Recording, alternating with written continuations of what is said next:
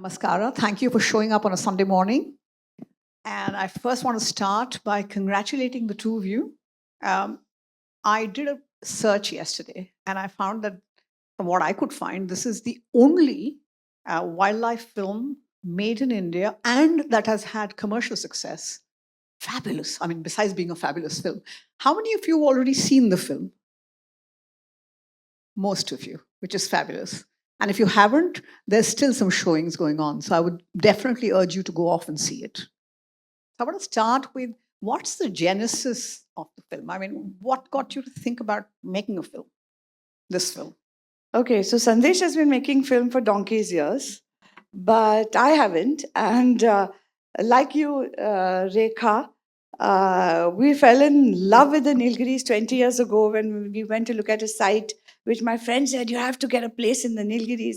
And we saw this house and we entered the gate and I fell in love with the blue gum eucalyptus tree. And that started my love affair with the Nilgiris biosphere. So a few years later, while talking to Sandesh, Nandan, I said, is there any film on this marvelous place? And Sandesh said, no. So basically we decided, well, then we have to make one. And that's the genesis of how it all started. After which Sandesh's and his team's creativity took over. It took us 3 years. We'll tell you more about that. But it started with a conversation about the gap and the need to tell the world about what a marvelous place the Nilgiri biosphere really is. Sandesh, you have your story. Pretty much the same story. I wouldn't want to waver from that. That is the honest truth. It was a very simple walk that we went on. I had a bigger idea to do stories about all of India. So then we said, why not we focus first on our own backyard, the Nilgiris? I had made documentaries. Many of you may have watched it, called Mountains of the Monsoon, my first student documentary, and later on for the BBC by the same name. But that was about the entire Western Ghats. But despite that, nothing had been made about this particular Nilgiri landscape. And being India's first UNESCO biosphere reserve, there was really very little just about how special and unique this one place is. So then we started off with a very, our ambition was very small, with just a small 30-minute film. Let's make a small 20 film. minutes is what I remember. What's that? 30 minute We'll film. make a small Yeah. 30-minute film. About the place. But, once I get involved, I don't like doing small Yes. things. Has to go epic. Then he comes back and says, excuse me, but can we double the time and the budget and make a 75-minute film? It's lucky he stopped at 75, otherwise everyone would have had to watch a 3-hour film on the Nilgiri biosphere. All right, now let's go behind the scenes a bit because it wasn't easy to do, right? Making the film. I want to start with some of the challenges that you guys faced in making of the film, both in getting all the permissions of starting of the film and then in the making of the film. I think probably our biggest challenge, I think, in most landscapes across India is, in one way, it's very good. It's very well guarded, especially the tiger reserves and sanctuaries. So even for us to get access to go to some of these places was definitely a challenge. And particularly this landscape, you can't put a tripod or a camera out anywhere without being questioned. So we didn't even start for almost 9 months, where our team, Adarsh, went to Chennai multiple times just to get our permits rolling. And it's only after we got our permissions in that we actually entered the landscape and started to film the place. So there's definitely challenges of that. But the special, unique factor of our film is that over 70 to 80% of the film was made outside the protected area network. It was things in your backyard, in tea gardens, in gardens behind houses. So that's what was unique about it, and that's why this one is different from most documentaries. But I would say, I'm not a filmmaker, but I directly experienced all this. And as a journalist over the last 40 years, I've also seen this. That research generally in India is really quite difficult to do.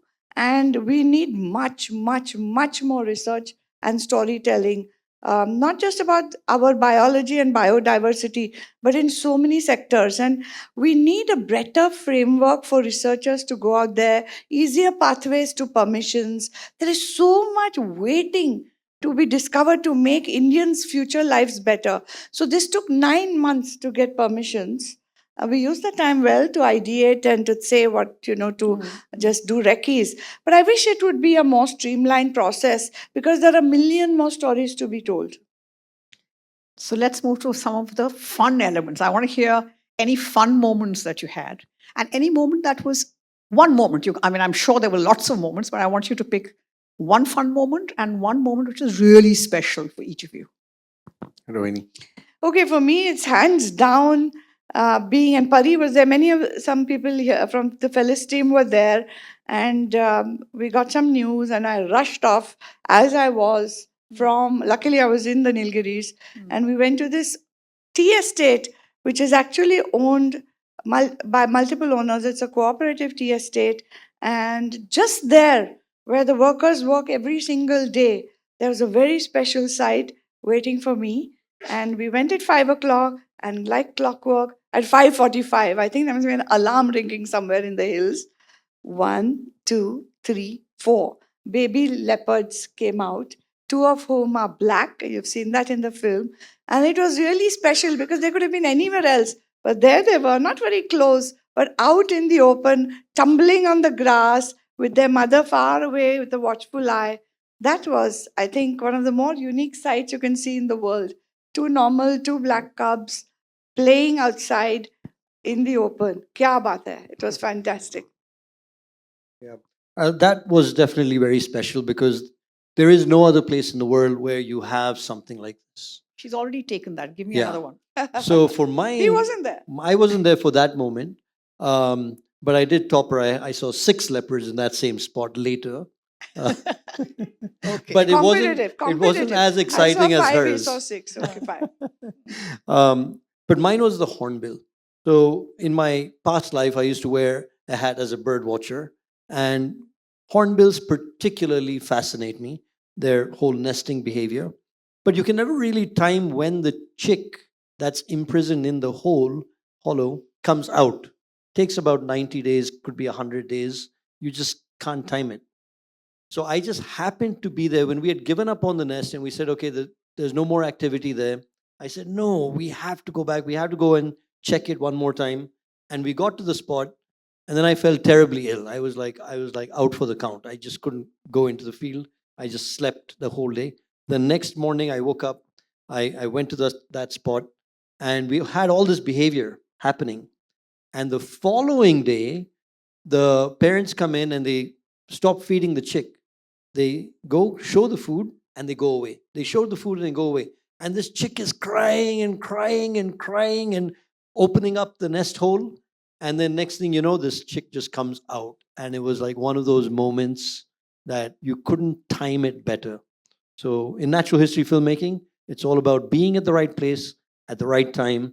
And when I got that story in the can, I realized we have a story for the whole film. Yeah. Fabulous. Yeah, Sandesh used to keep saying, Rohini, it's not just about the big animals. It's the small things, the macro photography, the picture of how the small connects to the large. That's how we have to build out our film. And the hornbills are somewhere in the middle, between those tiny, tiny fig wasps and the big tigers, and the hornbills in the middle. It's fabulous. And now I want to hear something fun.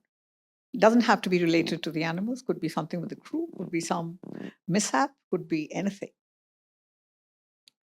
Well, you want to tell about how I think the wild dogs thought you were a babysitter at some point? Oh, yes, yes. Actually, dogs are incredibly intelligent creatures, but the level of their intelligence, really came forward when the first day I went and sat in a hide overlooking the den. They always leave one dog to watch over the den with the pups. There were like 8, 9 pups in there. And then there's one dog just being the guard dog. And then that dog was very nervous and kept looking at my hide the whole day. And then every day I started to come in at the same time, and I started leaving at the same time in the evening. So after the first day, the dog realized that I am now the new sentry. am now watching over the pups. So then from the next day onwards, even that dog went with the pack hunting. And they left me to guard the den, which was very endearing. I mean, the amount of trust and, that was just amazing to see how intelligent they are and to understand that, okay, this guy's watching the den, we don't need to be there. And then they used to come back every day. It was a very touching moment. Okay. And the film is titled Nilgiris, a Shared Wilderness, right? Share some stories of exceptional examples of sharing of wilderness between humans and the animals. Yeah, I should say Both good or bad. Yeah, Sandesh will say more. But we went through many titles, many titles, and we realized that the theme of the film more and more was beginning to be about how animals are adapting to us and how humans have to learn again to adapt to them. And so clearly the theme was becoming that, and we fought over many titles, and suddenly I said shared wilderness, and I sent him 4, and he said this is it. He ticked it, and that's what we agreed on, because that's really what India is becoming, a shared wilderness. From our urban areas, where sometimes we don't notice how much of the wild is literally around us, and right, of course, to all our protected areas. But it's inevitable because of the success of our conservation efforts. There is a lot of dispersion of wild animals into our human habitats. And in fact, and I've been reading a lot of work on this globally, humans are creating new ecological niches that animals are moving into. So where there were no wild animals, there are now wild animals because of us. And wild animals doesn't only mean tigers, it means small ones as well. And so we, as human beings, have to realize that this biodiversity is critical for us, and we have to learn again about how to live in the shared wilderness. But Sandesh has many more stories. I mean, actually the title took us a while because we started off with a very simple title. We said Natural Nilgiris.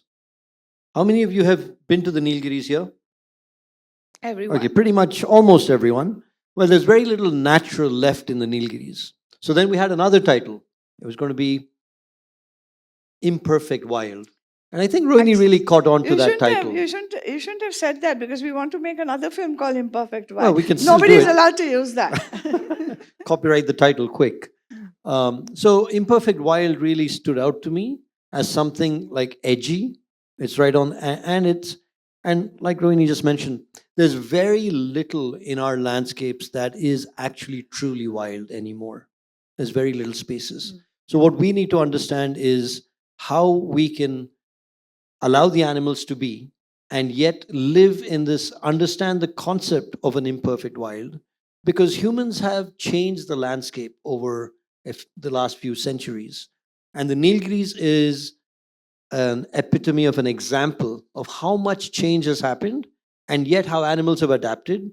And even the people living in the Nilgiris say that they never saw gore, they never saw black panthers, they never saw a leopard in the tea estate.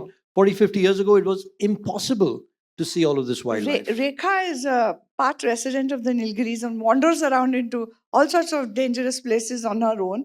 Haven't you been encountering more wildlife in the last 20 years? In the last few years, I've seen the shift. I mean, I'd never seen a bear while going for a walk, or seeing a panther on the rock in the neighborhood, etc. So, there's a lot more of that. Yeah. But I wanted you to speak to some example where the people of Nilgiris, maybe not transplants like us, but the people of Nilgiris are sharing the wilderness and making their livelihoods, or living comfortably with them, rather than wanting to move out and in the city areas.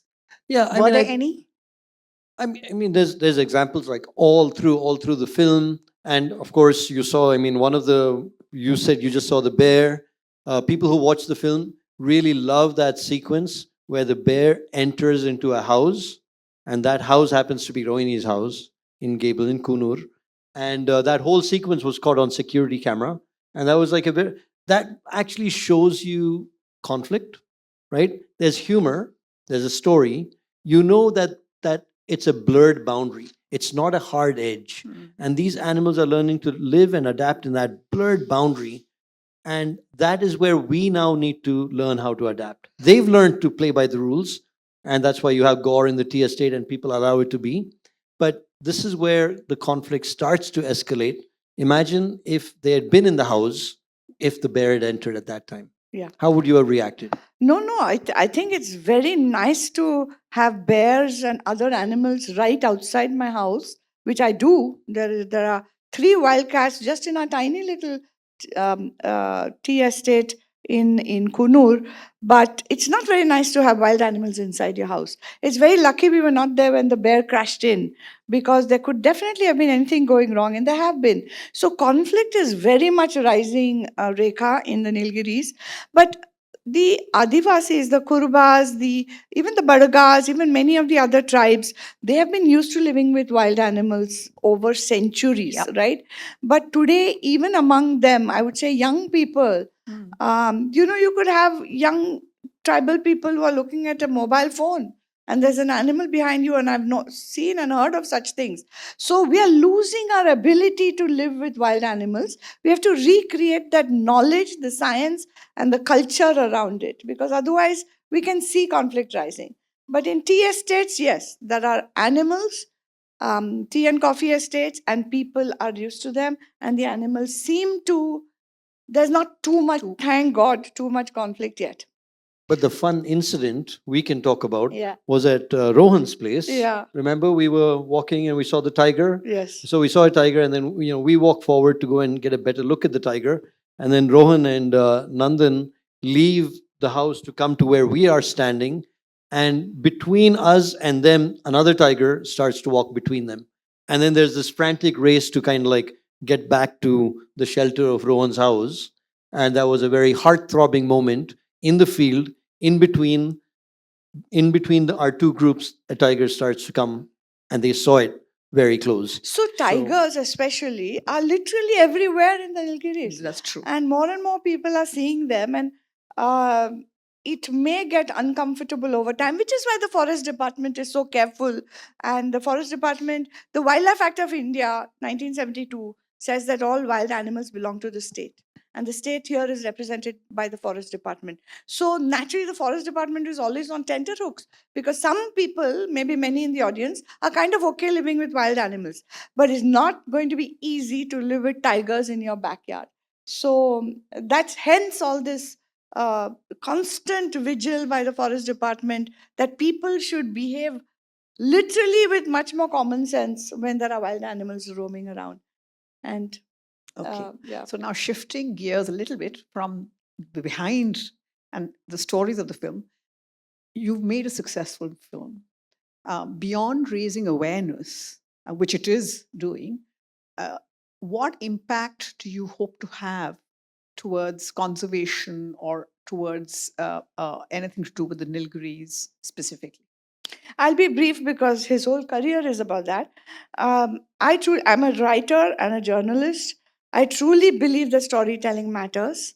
I truly believe that when you have a good story, as Sandesh and Felis have created here, then people get really interested. People understand better what's actually going on with biodiversity and wildlife, and then they can become shareholders. Only then they can become trustees, not just observers and tourists and photo clickers for Instagram. We need to create a community of caring adults, and hopefully a community of caring future citizens, young people who understand why our biodiversity is so precious to our futures. So for me, it does begin with a very good story, as I hope we have created with this film. But that's been his career since he was 12 or something. So he has more to say. Well, I mean, there is a very famous quote: there's nothing in the world more powerful than a good story. No enemy can defeat it, right? So you need to harness the power of storytelling to bring about change. And when you can do that, you can do it at an epic level, a mass level, much more than being able to talk to a smaller audience. You bring something like this out into the mainstream, a powerful story with a strong message that connects people to care. And our motto at Felis is: we create, connect, conserve. We create wildlife films, documentaries to connect the audiences to help conserve the environment.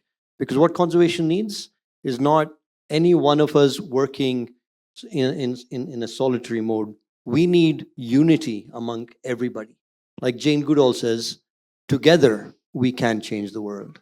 And that's what the stories are about, bringing people together to make a difference. Which is fabulous. But will this not have a um, counter impact? Because as you're raising awareness, will it not also encourage more people to flock to the Nilgiris? I'm scared about that, of course, not in my backyard kind of a moment, but and interact more with wildlife and try and take, as you said, Instagrammable moments. Do you think there's a potential for that? So quickly, myself and my team have been going to a lot of these screenings across Bangalore and many places, and we've been having interactions with the audiences. Surprisingly, a lot of people have come back to us and said, "We didn't realize the Nilgiris is such a fragile landscape. We don't want to go there. We don't want our impact to affect the place further." And not one or two. We've had that said across the board by many people, which was not what we thought would happen. We thought more people would want to go. But I think what we're doing is we're changing the kind of mindset that people go to the Nilgiris with. We're making them more responsible tourists. Having tourism is inevitable. Having people going there is inevitable. But how many more conscious, more responsible, ecologically responsible, conscious people you have? And when they start, it's a domino effect. They influence others. Yeah. And that's what it's all about, starting a movement. I agree, because Nandan used to say, your film is going to bring everybody to the Nilgiris now. But that doesn't mean you don't tell the good stories. I say, let people come. Why should only I get to benefit from this kind? Let people come. But the point of our film, the point of stories, the point of our writing about this, the point of me supporting more than 60, 70 marvelous NGOs in India and at least 15 right in the Nilgiris is to say, come. But don't come as gawkers, don't come just as tourists, come as trustees, come as shareholders of our future, the natural heritage. Please come, but come with your sensitive souls intact, come with your hearts wide open. And that's what we need actually to happen in India. Okay, and so therefore, what I'm hearing is that there's space for more storytelling and more films. And do you believe that this could sort of set off a trend in a way, potentially? So my friends, some of my friends with the ability to support stuff like this, I've got very excited. And without naming things, I can tell you that already 3 people I know have agreed to support reasonable sized films on wildlife in India. So I think if you This can could be the applaud start for of a them. movement. I mean, this is brilliant. I do hope that more people will come forward. It's not cheap to make good films, and we need to make good films. So far, many films of India have been made from abroad, okay? They have been made by Nat Geo, Disney, whoever. We need films made with our Indian talent, on our Indian soil, supported by Indian philanthropy, like A Shared Wilderness. Brilliant, brilliant. Here's to both of you, because I hope this starts a movement of more awareness, more conservation, and a lot more knowledge, especially at the children level. And that was the genesis, right? You wanted to make it for the children. And I believe a lot of children have already seen it. True, a lot more can definitely. And the thing is, it doesn't stop. These films don't have a shelf life. They're evergreen. They're going to last for a much longer time, and schools have access to it. We'll be putting some of them, we're going to be converting it into Tamil and local languages as well. So it becomes more accessible to more people, because we want to tell the story and spread the message.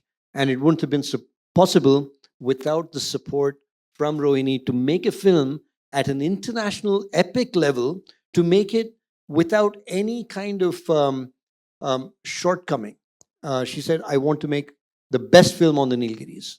And that's what we put our best foot forward and said, we're going to make this epic, we're going to make it international, we're going to make it global, and yet have a local feeling. And that's what the support helped us. We were able to scale it up all the way. Brilliant. And if you watch National Geographic Channel or some of the other channels, you'll see that the majority of programming is all about wildlife films from Africa. It's about wildlife films from other countries. There's actually very little Indian wildlife films, even on our Indian channel. Yeah. And if you ask children, they'll name zebras and giraffes and hippos, but they won't name our backyard animals. Yeah. And we hope to make a shift and make children fall in love with wildlife in our own backyards. Yeah. So that's really the call to action, that there's a lot more stories. Every square kilometer of India has a story to tell. And we really hope in the next few years, certainly I'm going to continue to make films, even better films if possible, though I think this is Sandesh's best film and I'm not at all biased. And so, but he can do even better and we're going to make better films. And I hope other people will join us so that more people can see great films on our own wildlife in India. More power to the two of you, and thank you very much. On that note, while we queue up the behind the scenes film, I wanted to ask you one little question. Were there things that you had to cut from the film that you couldn't show, that you wish you could? Yes. We never saw any of that. Yes. No, I must say this, that we had a very clear permissions from various forest departments. And so the team went ahead and did a lot of with drones and with our own cameras, waiting, because we forgot to give the wild animals our script to read. So they didn't come out on time. And there we were and waiting. And of course, like most filmmakers, we had camera traps in the field. And I know Felis, I know everyone from Felis. We would never, ever hurt animals to do anything to make a film. And so we had some camera trap footage in our film. Not too much, but it was significant, important footage. Because you don't want to go and sit in the middle of tigers and their cubs and various things. You don't want to hurt those animals. Camera traps are a safer way for the animals and for us to get good shots. And to our great shock, when we showed the film to the Forest Department of Tamil Nadu. This was right at the end, after you'd finished the film. And actually, the Forest Department had seen rushes before, but when we showed it, because we need their permission, we work very closely with the forest. We had a real shock when they said we can't show camera trap footage. And we don't want to go. We want to follow every law, every rule. There was no such written rule that we were aware of, but we agreed when they said that. But I would say, leaving that incident aside, good films cannot be made without camera trap footage. You can have some do's and don'ts about camera trap footage. One of the concerns the department has is that poachers will get information. But as far as I know, poachers are not waiting for Rohini and Sandesh to produce a film and then say, oh, that's how I'm going. They have enough of their own networks. So while I would say, yes, we have to be cautious about how you use camera traps are essential to keep people safe, to keep animals safe. And I think for filming, we need to have a policy about how camera trap footage should be used. So we were a little disappointed, but we followed immediately what the Forest Department asked us to do. And the team, they had to spend a lot of money and time to do that, but we took out every single thing that they didn't want it there. Yeah, I mean, it was a lot of reworking that we had to do. It was definitely, from my side, no doubt, it was a compromise because with camera traps, it's much more immersive and you get to feel like you're right beside the animal. And it's also the most non-intrusive way of going about filming. And so, I mean, we've done it all across Ladakh, in the Himalayas, all over in Kaziranga, in the grasslands for the BBC. Everywhere I've always done that. So this came as a shocker to have to. Well, so there's one more change we need as we move forward I on hope this so. journey. I There's hope a so. lot to be done.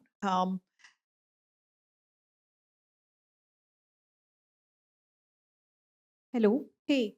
Hi. Beautiful film, Nilgiris, and even more beautiful behind the scenes, I would say. As a wildlife photographer myself, I really resonated with all the behind the scenes. I'm Akshita. I've been doing wildlife and conservation photography for a decade now. So my question is, this was such a detailed film. Like it, I think covered every aspect. There were time lapses of landscapes. There were macro habitat shots, drone shots. Like it was literally everything. How much time did it take for you to do everything, like right from planning to the final film being rolled out? So I think it took us 3 years as a whole, everything included from concept to completion, 3 quick years, which is actually a pretty fast turnaround for a film of this nature. Awesome, truly. And one more question I had, there was this beautiful shot with Nilgiri Towers, and we could see something like the Northern Lights on the background. What was that? Oh, you mean just now in the composite? Yes, yes. Okay, yes. this was just a composite. It wasn't I the see. Northern Lights. It was just basically just the stars and everything. It's a collage of things mixed together. Awesome. Yeah, it's awesome. a graphic. Congratulations. Thank you. again. Thank you so much. Sandesh, we have to make the next film in 2 years. You can't keep shortening the time and Your make the subjects project will bigger. have to. Your subjects will now come forward, saying, "Capture us."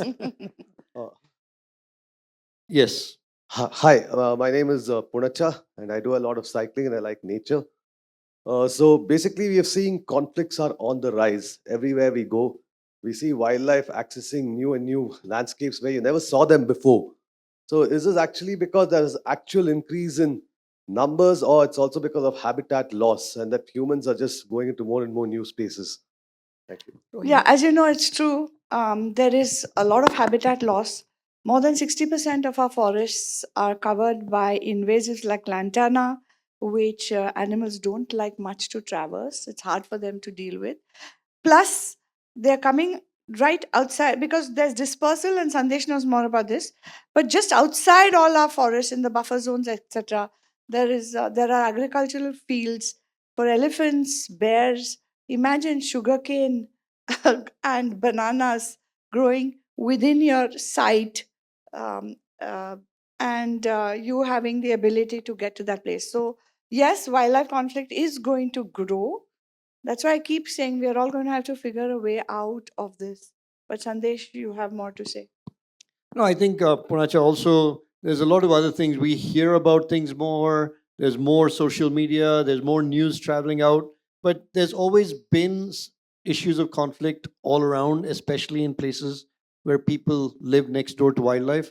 And let's face it, where in India are people not living next door to wildlife? Everywhere you go, there are people, there is habitation, and the pressures are more and more and more. The population is not slowing down, it's only going up. And so there is more conflict for sure. And it's about how these things get balanced out. There is no easy answer to this question. The conflict will be on the rise, there will be issues. It's about how we're going to navigate some of these things No, and but understand nature as well. see, our indigenous people have been living in the forest with wildlife for centuries. But I would say one way to reduce human wildlife conflict is for people like us, urban people who are going to look at wildlife, to be really more sensible and careful. You know how many people die from while doing selfies and taking photos where they should not. So I think we just have to learn to be a little more careful. I think that's a very important part of this. A new culture of accommodating and coexistence where we respect the right of wildlife to be where it is also. But yes, and I just want to put in context, first we have to learn. And remember, the people at the front lines of human wildlife conflict are often those who have the least means. It's the farmers, the marginal farmers, the tribal people who live in the buffer zone or in the forest. But remember that India has 160,000 deaths in road accidents. And do we even think of that and how we are going to use our highways and our traffic better? Similarly, we are going to learn. Mercifully, the numbers of wildlife conflict are a fraction of that, but we don't want them to rise. Hi guys, I'm Himanshu from Ramnagar, Uttarakhand. I live near Jim Corbett National Park. So I have had all these wild animals in my backyard as well. So my question to you guys is, so see, growing up around the forest, I've seen both its beauty and the threats it faces, and mainly currently illegal deforestation. My question to you, for the filmmaker in you is, how do you approach telling a story rooted in a actual real issue without it becoming an act of activism and keeping it just as a documentary? No, I mean, we definitely had to walk that line very carefully and very tightly, from even changing the original title to something a bit more diplomatic. But I think the title is definitely more wholesome. It actually is the true story, a shared wilderness. But if you watch the film, we did talk about garbage. We did talk about the issues of littering and places where there's too much garbage all around being the reason why you have leopards, dogs, wild pigs, everything. So that goes down to that root cause. So someone else can take on that one thing and create some activism around it. And there are initiatives in the Nilgiris, there's Clean Kunur, and all these people working towards better solutions of how we can manage those problems. And so we do definitely show it, but we don't dwell on it in the film. We don't go into what you need to do to stop putting that garbage, but we show it as a first step. So that's how we bring them in a story, and then we want someone else to take that to that next level and create change around it. So in that way, like invasive species could be another one. Yeah. There's many topics like this that are talked about, but we don't dwell on it in here. No, but it's a good question. And there is a lot of filmmaking going on. Small, very bold, beautiful documentaries happening all around India. And they're not even very expensive. I urge all of you to think of supporting those kind of filmmakers who are making those. Look at the Altef Festival. RNP, my team, supports it. They have many such films that you are talking about. But this film of ours is an invitation to fall in love so that you can become a trustee of the wildlife. Hello, good morning. Question there. My name is America. I do have a question. What is the role of zoos here in India for Wha- conservation, what's and the how do role you of partner zoos? with What them? is the role of what, please? Zoos. Zoos. Zoos. Okay. You say first. Okay. Well, zoos are, I mean, they have always played a very important part. Zoos can always be much better than they are. Some of the zoos are in much better condition than they used to be, and there's a lot more efforts going in. They do help conflict species. In India, you can't just go in and kill a tiger because the tiger killed a human. So you go in, you tranquilize the animal, and then you bring it to a rescue center. And that's where these animals are kept. And they're used for public and educational purposes. And zoos around the world have always been an important place for endangered species to be kept alive until the places that they can be released back into. There's many successful stories of that. And India too has a lot of good examples of stories that zoos do play a very important part. And a lot of young children's first exposure to wildlife, to see an animal in real life, is at a zoo. Can they be better? Definitely. They can be a lot better than they currently are. I agree entirely with Sandesh. Earlier, I used to think, oh, zoos are horrible because when I grew up, zoos were terrible places. They were big, large, free ranging animals in tiny, tiny cages, and that's just pure cruelty. Zoos are changing around the world. Whether we like it or not, zoos are very, very important. They should be much better, as he said. But we unfortunately need zoos. They have to be much better. And for that, the public has to support. 50 paisa you want to pay to go into a zoo, that's the kind of zoo that can be supported. But if people are willing, and also when you're in a zoo, how you behave is very important. But we need zoos for research. We need zoos for conservation. We need zoos, unfortunately, to rescue and rehabilitate some animals.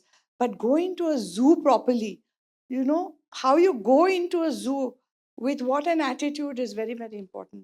And here's to much better zoos in India, okay? Then we need a lot of improvement and therefore a lot of resources and public backing.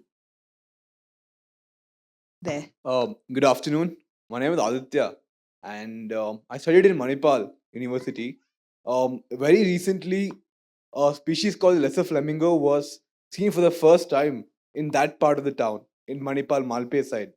It was first observed by bird watchers like me of that local area. What happened is that when the word spread across social media platforms, more photographers went to the region, captured the photos, were having a good time. They also talked to the forest department to conserve that patch to ensure that more birds come in next year. But what did this cause? Like when a lot of photographers gathered around, gave the bird so much importance, the bird was killed. Not by other photographers, but by stupid youth of the place who were annoyed by the kind of attention it was getting. It was stoned to death. So now the problem here is that awareness through social media was important because it almost got the entire patch conservation status. But the attention the bird itself was getting became its own bane here. So, how do we counter this? What I personally feel is that the kind of movies you guys make are great and really help in bringing up the awareness. But what the Indian youth needs right now is more about the consequences of what happens when you mess around. This has to be shown to the larger public to ensure that people do not think about doing the kind of acts they are. Right now, they think it's okay. There's no big consequences because it's the wildlife anyway. Who'll do what about it? It doesn't have a word to say. So this really hurt me a lot, and I wanted to bring this up to a larger public who cares about the environment, and hopefully we can take better steps towards it. Also, I'd like to congratulate all of us Indians for rediscovering the Jordan's cruiser right two weeks ago again after 25 years. Shashank Tadvi? Correct. Shashank Correct. Tadvi, yes. So this is a big milestone for all of us. So I'd like to hear your thoughts on the same. Thank you. Well, I mean, that is true. Many of you have probably seen the story about the Saris crane and the connection that had with that one person. And then, of course, the whole split that happened because of social media. And that's a very sad and bad example of what happened with the flamingo, with someone locally going and stoning the bird. Was there any consequence after that to the person who did that?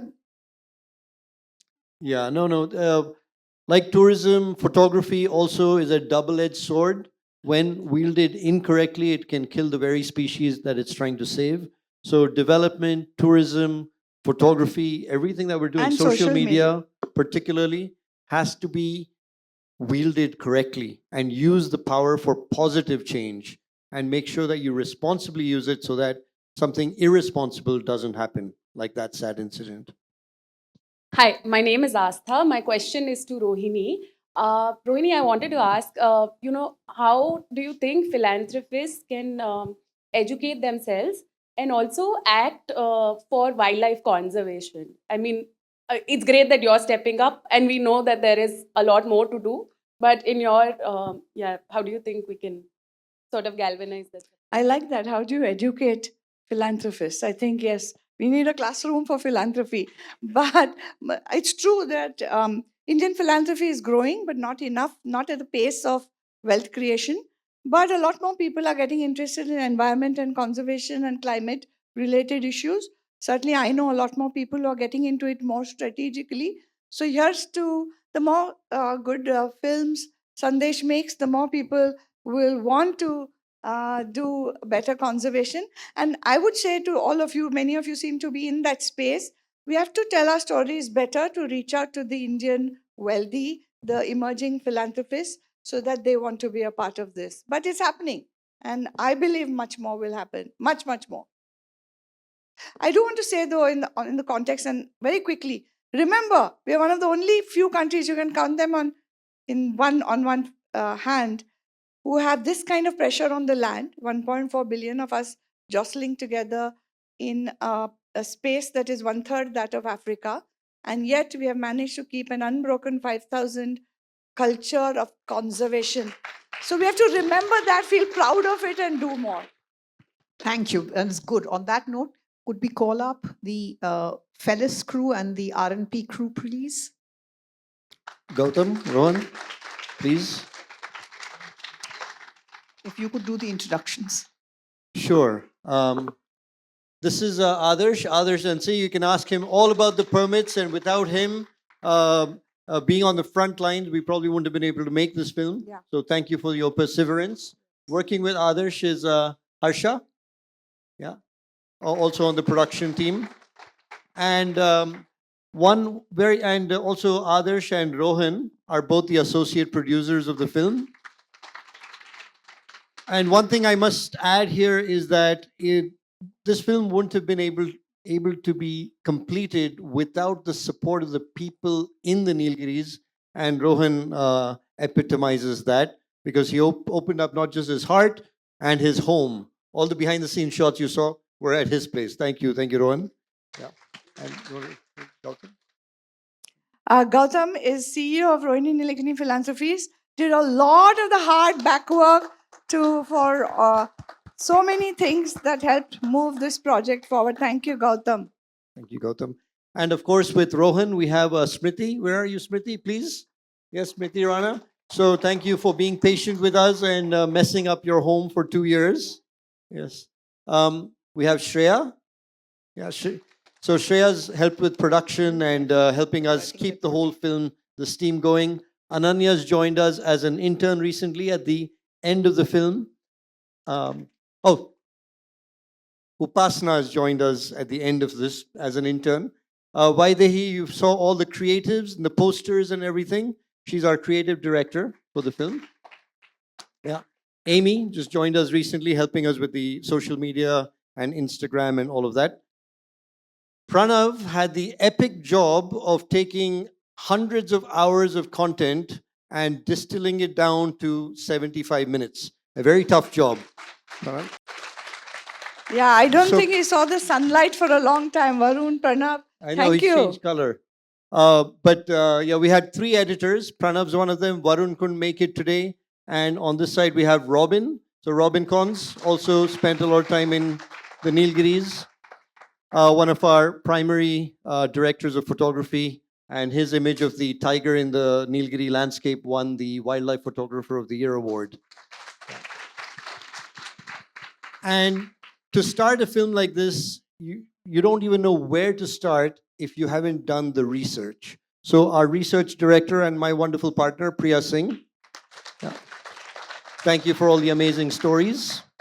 I mean, she goes really deep into all the history. She found out so many small facts that we didn't know, even about the tea and so many things. So thank you, Priya. Thank you. And then we have, we have Smaran, who leaves his college and joins us every chance he gets.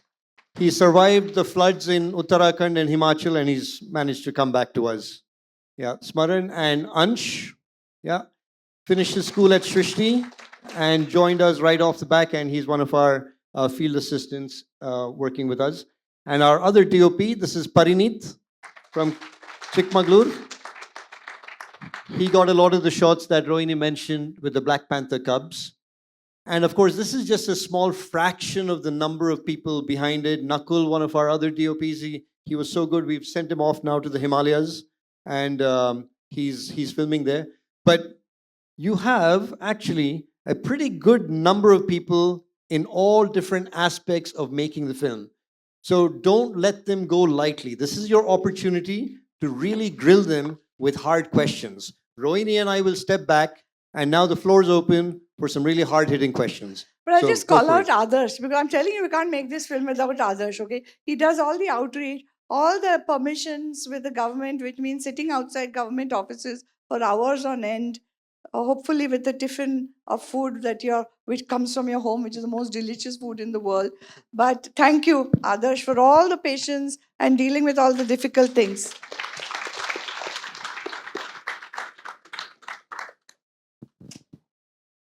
Your chance now. Yeah, hi. Wonderful film. I watched it before, and it gives a very good feeling as an Indian and etc. Okay, myself, I'm Beena. I'm familiar with Kotagiri and Kunur and the hills. I've spent a lot of time there from the 80s onward. Now, I have two notes, not questions. One is to Mr. Adarsh. I'm sure you're going to get a lot, but I am so happy that permits were not given by the Tamil Nadu Forestry Department. I know it is very vexing, but as a citizen, as somebody who really, I do feel for the tiniest animal and the biggest animal. I think it was a good decision, my opinion. The second note and my curiosity is about the local people living in the hills, in the Nilgiri mountains. In the next film, I would like to see more of them. I would like to see their reactions. I was fascinated by those little kids looking at the close-up, of the hornbill. It gives such a different perspective, and I'm curious to hear their voices. How did they react? How did they change? Because I know that the people I know who live there, who have houses there for many years, and they live with all the difficulties, they wouldn't have thought like this. They wouldn't have thought the way a filmmaker would have thought of their own landscape. Thank you. There is a saying, which is like in Tamil, in the Aandavan vara kodutha Pusari vara kodukka maata. Means the God has given the boon, but the priest is holding it. That was the situation. We actually had applied for permission 3 times, and due to COVID and various other reasons at that point of time, there were some restrictions about it. We go by the book. Felis and our team always, as Rohini ma'am explained, like, when the forest department said we don't use certain footage, we go by the books. So, but even before applying for permits, there were 3 different officers who got changed in that whole process. So it got delayed further. But permissions are a very critical job to do, because at the end of the day, there should not be, no room for any problems which can be created, because of us, there can't be someone else misusing a place like Nilgiris, So initially we had planned there. It's not a simple permission what we did, because it's 5,500 square kilometers. We covered the permissions from Satyamangala to Wayanad and from Bandipur to Coimbatore, literally.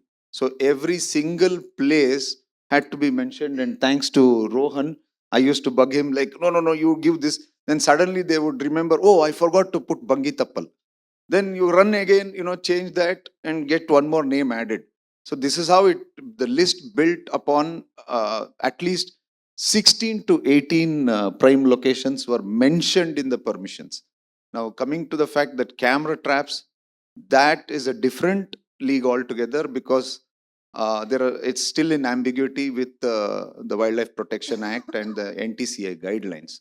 So we had no control over it, because even then, even though we were using the camera traps in private land, like ma'am said, the animal is a subject of the state. So we always go by the books. And regarding people, I think Rohan is the best person. He's a Nilgiriologist. Nilgiriologist. Yeah, I got his mic. Yeah, hi. So to answer the second half of your question, we have documented a lot of reviews from students and locals after they have watched the screening in the Nilgiris. We had a couple of thousand students from the Nilgiris go to the theaters and watch the documentary. And a lot of interesting stuff has come out of that. We have had children mention stuff like, I didn't know dogs are unsafe, and now I need to tell so-and-so to keep their dogs at home within a fence and protect them. And I was invited to Crescent School, where after watching the documentary, 3 days later, they wanted me to come to school. And their entire school did projects on the documentary. And they were all talking about protecting the biosphere, about bringing out the fragileness of the ecosystem, and asking the management, how come the plants in our garden don't belong to this country? They're like, yeah, let's have some indigenous plants and bring in what the Nilgiris originally had into the Crescent School garden. So that's a few, but I think Sandesh has plans of putting out small clips on social media with stuff like this, which with the rest of the footage that we have, so that a lot of questions get answered. Hello, good morning. Congratulations to the whole team. It's lovely to see all of you come together here. My question actually is about distribution. And Rohini, you were talking earlier. My name is Sudhanva. My question is about distribution. And I'm so glad that it got to come to the screens and PVR, and so many children got to see it. So many adults got to see it across the country, and it was beautiful. How do we, as Indians, as you were saying earlier, how do we get these films out more? Is there thought behind that, is what I was wondering. Yeah. So in terms of distribution, yes. So we were so passionate about making our film we really didn't even look at that part till later because it takes so much concentration, effort, energy to make the film, and you want to make it in the best way possible. You don't try to sell it, you don't put the cart before the horse. So we decided we'd finish making the film first. That was our top priority. If you try to sell the film ahead of time, what happens is other people try to come in to make decisions for you.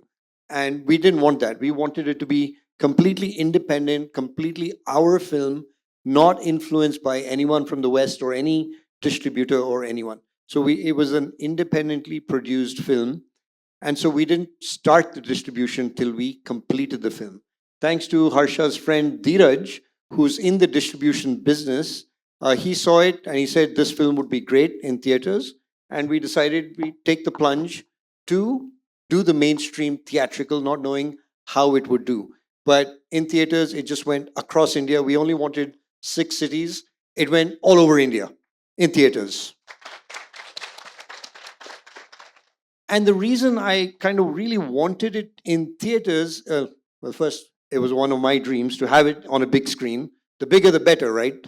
So the big screen experience is very immersive, and it does what's happening like right now. It's a process of neural herding. You know, all your minds are all working together. You're all focused on one thing.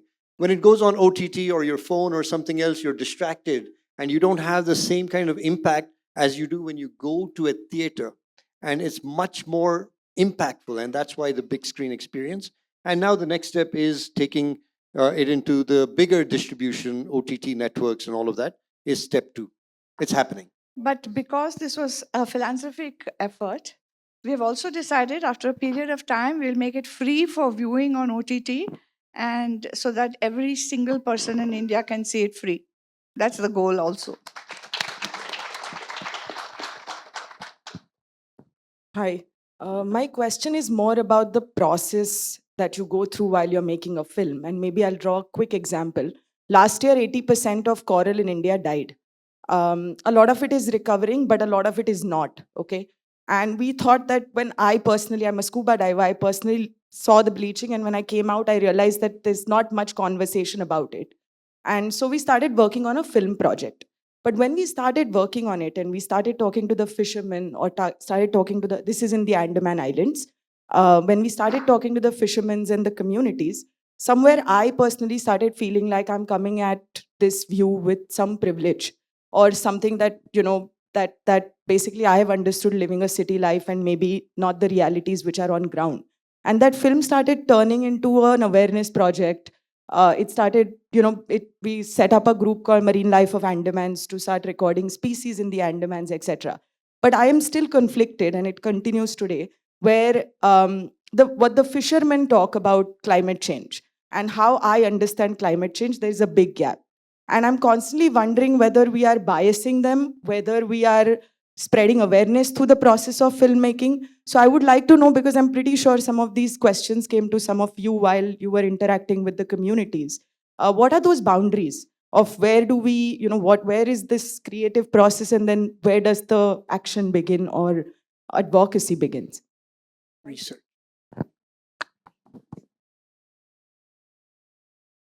So the process, I mean, really, it's fundamental. It goes down to research level of these topics in community. Yeah, well, so that's a very interesting observation, actually. But I don't have an answer to this. I think Rohini is in a better position to answer this particular question. No, all I can say is RNPF, we have supported several very good and award-winning films made by very talented young people of India who are using the gaze of the people who are in the problem. And I would urge you to look for some of them. One is about the women of Tamil Nadu who go into the sea to collect seaweed for international cosmetic manufacturing companies. There are some about the people who live in the Sundarbans among tigers and how they have to deal. So there are many such small films, and that gaze coming from the people who are affected is very important. But as I said, there are all kinds of films to be made, and our film was this kind of film. But I do support a lot of the kind of films that you're talking about, which really flip the model and look at how people at the front lines are experiencing the problem. And it's very important to go and see those films. No, actually, to just complete your the answer to your question in terms of the process, definitely one of the first things that we use is interviews with the people without our prejudice on it.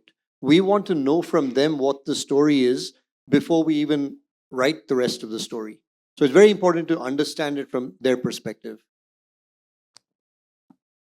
Hi, I'm Malika. I've shifted to Bangalore less than a month ago. I love the city.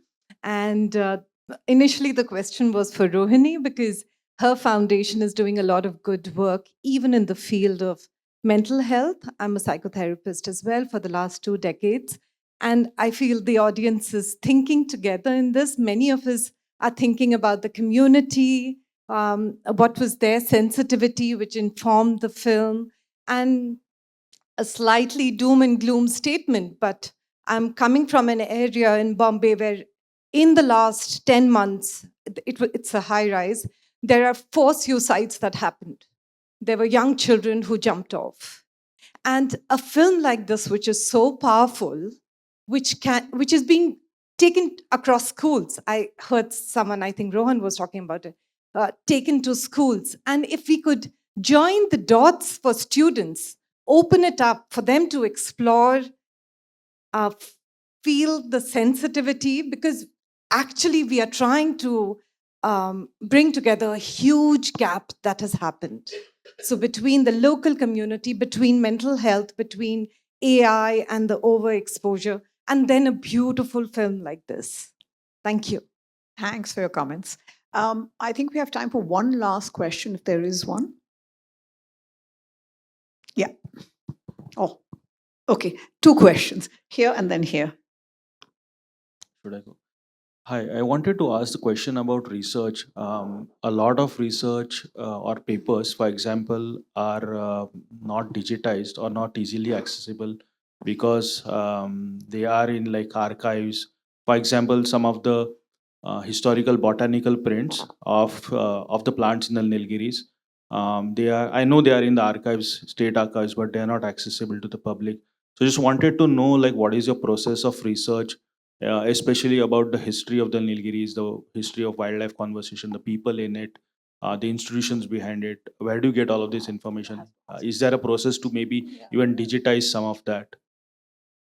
Yeah, so that's an interesting question because the Nilgiris is one of the most thoroughly or one of the most intensively researched landscapes in India. So if we were to actually go down and read every document that's available on it, it would be impossible to complete the research for this film. But films have a very different kind of a research. So I work as a researcher in the field of wildlife sciences. That research is very different from the kind of research that you need for a film. So in films, we are actually digging out stories that can form sequences. So you wouldn't just be saying, this is a very rare endemic plant here, but we need a story around that endemic plant. So something unique about that plant. So if you see in this film, I don't know if you watched the Nilgiris film, but if you watch the film, there's a story about Drosera, which is a plant which is very common across the Nilgiri landscape. It's a carnivorous plant which has learned to capitalize on eating or consuming insects to compensate for the poor nutritional level of the soil in which it grows. So now there's a story there, and it's a common species which people see around them all the time. So it's not something that one would not be able to relate to in this landscape, because the idea was we find stories that people can relate to. They have to be scientifically correct, and they have to be stories that can be completed in our filming process. So if we want to talk about the history of the Nilgiris, it's a very different subject. Of course, I did dig up a lot of information from existing literature, like the books that exist. There are stories about the Nilgiri Wildlife Association going back to the time when they started protecting areas in the Nilgiris. Even if you go and see the legal history of India, has a lot of legal aspects coming into the Wildlife Protection Act through the Nilgiris landscape. So there is a lot of history in that sense. but we couldn't really show that in the film. So our film stories and research is very specific to this landscape, but we can show the entire story within this film. So I hope I answered your question. You did. Okay, last question. Good morning. My name is Mark. I know a couple of faces in this beautiful group. It's a mixed room, lots of emotions, lots of people connected to wildlife here, lots of people asking very meaningful questions. And what you guys have done is meander the government, a really tough terrain, and you've done something that now has happened twice to me. When I first watched the film at the premiere, I cried, and now just watching your behind-the-scenes film, I cried again. And I think without emotion, there's no point to story, and without emotion, then there's not going to be any action. So I hope that going beyond all of the questions that sound like naysaying, but they're actually sort of curious as to, hey, how did you pull this off? I hope all of you cried at some point, because that's needed. And I thank you all for making us cry. I cried twice. And I have a question. I do have a question. And I know you're running out of time, but what made you cry? Which part of this made you cry? They are all saying the government permissions made them cry. Look at their faces.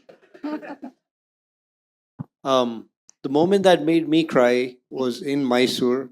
I was sitting on the front row in the DRC theater, and right behind me was a little kid, 1.5 years old, or maybe 2. And the kid was watching the screen and commenting on every little thing, and the mother was explaining every scene to the child. It made me watch the film in a very different way. And that moment made me cry in the front seat. No closing comment except that it was extreme privilege to be able to produce this film. My promise is that we'll continue to make more. I promise I'll keep talking to Indian philanthropists to make more. I promise we will nurture the amazing talent that is there in India to make more such stories. And all of you can promise to do your part to conserve our national natural heritage. Thank you. Thank you all. And just one last comment. Why do we do this? I mean, going back to what you said about emotion, right? Love is a very powerful emotion. And I read a quote a long time ago that in the end, we will conserve only what we love, right? And we love only what we understand, and we understand only what we are taught. And that's why we've endeavored to make this film, to teach people how to fall in love with a landscape that we all care about, and we all must be more responsible people. Thank you all. Thank you.